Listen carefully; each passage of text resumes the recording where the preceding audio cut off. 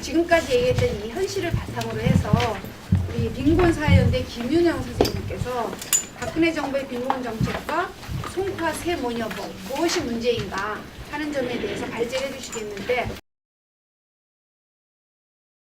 저는 박근혜 대통령이 송파 세모녀법을 만들었다라는 것으로 복지공약을 이행했다라고 스스로 평가하는 모습을 몇 번 보았는데요. 이것에 대해서 좀 다시 평가를 하면서 이야기를 시작할까 합니다. 송파 세모녀가 돌아가셨을 때 대국민 담화를 박근혜 대통령이 그때 당시에 했었죠. 근데 그러면서 지적을 했었던 것이, 첫 번째로는 왜 복지제도가 있는데 신청을 안 했냐고 송파 세모녀를 탓했습니다. 근데 아까 선생님께서 말씀해 주셨듯이 제도가 있어도 신청을 해봤자 많은 사람들이 신청조차 할 수 없는 것이 현실입니다. 그리고 이후에 그것이 알고 싶다의 보도를 통해서도 나왔지만 송파 세모녀는 신청을 했었습니다. 그러나 부두로 거절을 당했고 신청 기록은 남아있지 않았으나 다시는 복지제도 신청을 할 엄두를 내지 못했었던 것입니다. 그 1년 뒤 다시 실직을 한 뒤에 송파 세모녀는 스스로 목숨을 끊었었던 것이죠. 이미 제도 앞에서 좌절을 했었던 사람들에게 왜 신청을 하지 않았냐라고 탓을 하는 것은 너무 말도 안 되는 일이었다고 봅니다. 그리고 또 한편으로는 있는 제도도 활용을 하지 못하면 어떡하냐라면서 공무원들이 홍보를 열심히 하지 않은 탓이라고 공무원들을 탓했습니다. 이것도 박근혜 정부가 항상 했었던 굉장히 대표적인 일이라고 생각하는데, 제도가 있고 예산이 충분히 마련이 되어 있고 공무원들이 복지제도를 목적에 맞게 충실히 운영을 할 수 있었다면 공무원 탓을 해도 되겠죠. 그러나 예산도 충분히 마련해 놓지 않고 복지공무원의 재량권을 인정하지도 않으면서 무작정 공무원들이 홍보를 잘못했다라고 얘기를 하면 공무원들은 정말 답답한 노릇일 수밖에 없습니다. 매일같이 사회복지 노동자들, 사회복지 공무원들이 과로에 쫓기고 심지어 과로사하고 있는 상황에서 이렇게 얘기할 수 있는 것은 전혀 아닌 것 같고, 정책이 할 수 있는 제대로 된 역할을 할 때만이 해결될 수 있는 문제라는 것을 말씀드리고 싶습니다. 그리고 긴급복지지원제도 같은 경우에는 그 제도의 지원 목표에 굉장히 까다롭게 서술이 되어 있습니다. 예를 들어 주소득자가 실직이나 특별한 사유로 인해서 생계수단이 불가능해졌을 때 그럴 때는 생계지원이 가능하다라고 이야기를 하고 있지만, 만약에 송파 세모녀가 긴급지원 신청을 하려고 했다면 당신은 주소득자라고 볼 수 없다. 왜 60대 노무가 50대 노무가 주소득자냐, 30대 두 딸이 있지 않느냐라는 얘기를 들었을 겁니다. 그럼 내가 다리가 부러져서 지금 당장 일을 할 수 없으니까 이것을 해달라고 얘기하면 이것은 또다시 중대한 부상이나 질병이라고 볼 수 없다라고 얘기했을 겁니다. 불과 2개월 정도 쉬면은 낫는 문제라고 생각을 했을 거거든요. 근데 정말 그 문제에 부딪혀 있는 사람은 생계수단이 끊긴 상황에서 살아야 하는 1개월, 2개월이 아니라 하루 이틀이 막막한 상황이라는 거죠. 이 문제에 대해서 접근하지 못하게 하고 있는 긴급복지지원제도와 기초생활보장제도의 문제를 좀 정확하고 면밀한 진단과 처방 아래 해결하지 않으면 안 된다고 생각합니다. 그래서 박근혜 정부가 만들었던 송파 세모녀법은 왜 실패했는가에 대해서 몇 가지로 나눠서 말씀을 드리도록 하겠는데요. 이 법이 실패할 수밖에 없는 것은 이미 예고된 일이었다고 봅니다. 이 법의 개정안이 발표되고 나서 빈곤사회연대는 기초생활보장법 개정안에 대해서 이렇게 평가했습니다. 다리가 아파서 병원에 온 환자에게 목에 깁스를 채워서 내쫓는 꼴이다 라고 이야기를 했습니다. 문제점의 핵심은 전혀 해결하지 못하고 여러 가지 장치만 덧붙였을 뿐이지 실제로 해결할 수 있는 가능성은 없었다는 것이죠. 그 이유는 상대적 빈곤선을 도입한다, 개별급여 도입을 통해서 계단식으로 탈수급을 돕는다 등 굉장히 많은 말들은 했습니다. 근데 이 말이 소용이 있으려면요, 누구에게 줄 것인지를 확 늘려야 되고 얼마나 줄 것인지를 제대로 늘려야 된다고 생각합니다. 그러니까 결국에 복지제도는 어떤 사람에게 얼만큼의 복지를 보장할 것인가의 문제인데, 이 두 가지 내용은 전혀 바뀌지 않았다는 것이죠. 선정 기준도 그대로, 보장 수준도 그대로인데 어떻게 줄 것인가 방법만 바뀌었고, 이 방법은 훨씬 더 복잡해졌을 뿐이라 수급자들에게 유리할 것이 전혀 없습니다. 그래서 일단 급여 중 교육급여가 각 시도교육청으로 업무가 이관이 되게 되었고, 그리고 주거급여 같은 경우에는 국토교통부로 업무가 이관되게 되었습니다. 근데 이렇게 주무부처가 이관되면서 국토교통부에서 따로 조사를 합니다.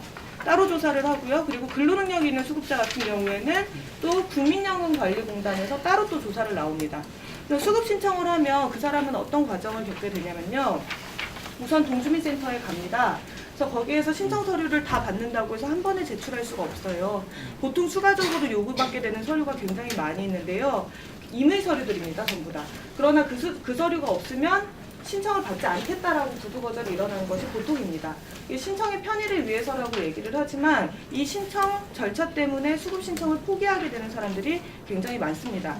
요구되는 자료들이 그런 식이에요. 자신이 갖고 있는 모든 통장의 1년치 거래 내역서. 그러면 자기가 갖고 있는 그 모든 통장의 은행을 전부 다 가서 이 거래 내역서를 떼는 이유에 대해서 설명을 하고 떼어와야 되겠죠.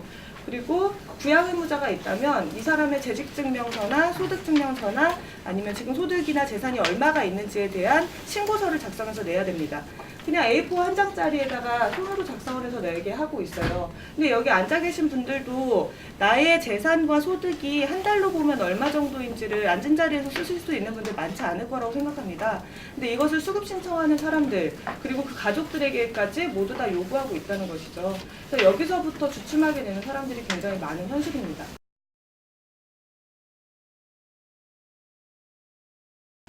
수급 신청했을 때 부모님이 거절해서 안 됐거든요. 서류 다 떼왔는데 동사무소에서. 근데 부모님께 넣으니까 부모님이 동사무소 직원들 신뢰를 못하겠다 하면서 안 넣어줬어요, 서류를. 부모님이 협조를 안 해줘서 못하는 건데 자꾸 부모님이 도울 수 있다 하는지 모르겠어요. 부모님이 협조를 안 해주는데 가족과 잘 연락하고 지내는 사이라도 가족이 안 도와주려고 하는 거잖아요, 분명히. 가족이 안 도와주려고 하는데 왜 안 도와주는지 모르겠어요, 국가에서. 그래서 이런 과정을 계속 겪다 보면 아무리 국민기초생활보장제도가 그리고 긴급복지가 가난한 국민들의 권리다라고 얘기를 해도 권리로서 생각할 수 있는 사람들은 없습니다. 철저하게 모욕감에 휩싸일 수밖에 없고 위축될 수밖에 없는 것이 이 제도의 현실이라고 보여집니다. 그렇기 때문에 국민기초생활보장제도를 제대로 운영한다라는 것은 어떤 사람에게 얼만큼의 복지를 줄 것인지를 결정하는 것과 동시에 어떤 방식으로 어떻게 이 사람의 권리를 보장하면서 가난에 빠진 이 사람에게 국가와 사회의 책임으로 인간다운 삶을 당신은 보장받을 수 있다는 확신을 주면서 갈 것인지가 굉장히 중요하다고 생각이 듭니다.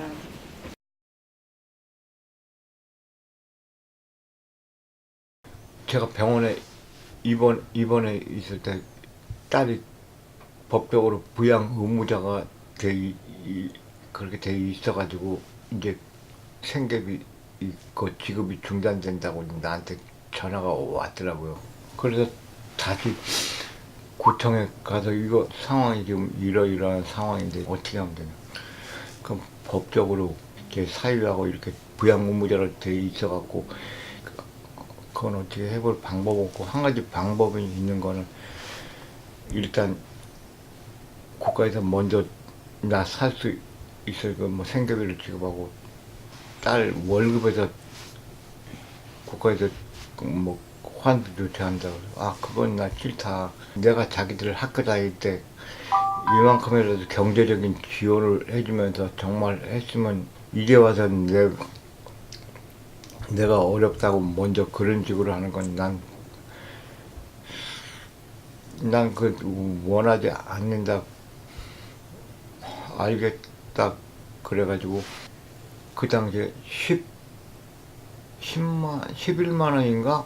이 정도까지는 되겠네요. 그러더라고요. 그래서 알겠다. 그리고 저번 달부터인가 3만 원인가? 더 나오는 것 같더라고요.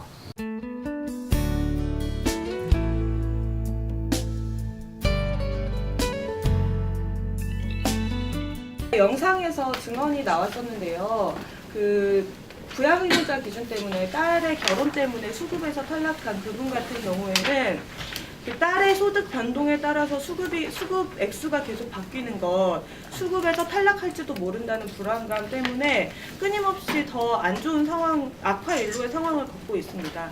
정신적으로도 굉장히 불안정한 것은 물론이고 수급비가 다음 달에 얼마가 나올지를 모르기 때문에 10만 원의 돈으로 한 달을 사는 것조차 힘들지만 이 돈을 어떻게 사용을 해야 될지, 이 돈을 다 쓰고 나면 다음 달에는 돈이 과연 나올지 안 나올지에 대해서 끊임없이 불안해질 수밖에 없다는 거죠. 가난이라는 것은 사람을 정말 황폐하게 만드는 것입니다. 그런데 가난해진 개인을 국가가 권리로서 복지를 보장하겠다라고 하는 제도에서 이렇게 불안정하게 사람들을 내몬다는 것은 저는 굉장히 차별적이고 반인권적인 처사라고 보고 있습니다. 그래서 이런 문제들을 해결하기 위해서 함께 노력을 했으면 좋겠다라는 부탁을 꼭 드리고 싶고요. 그래서 이런 평가를 통해서 저희가 요구하는 첫 번째로는 부양의무자 기준 폐지를 시급하게 이뤄내야 되지 않나라는 것을 첫 번째로 제안을 드립니다.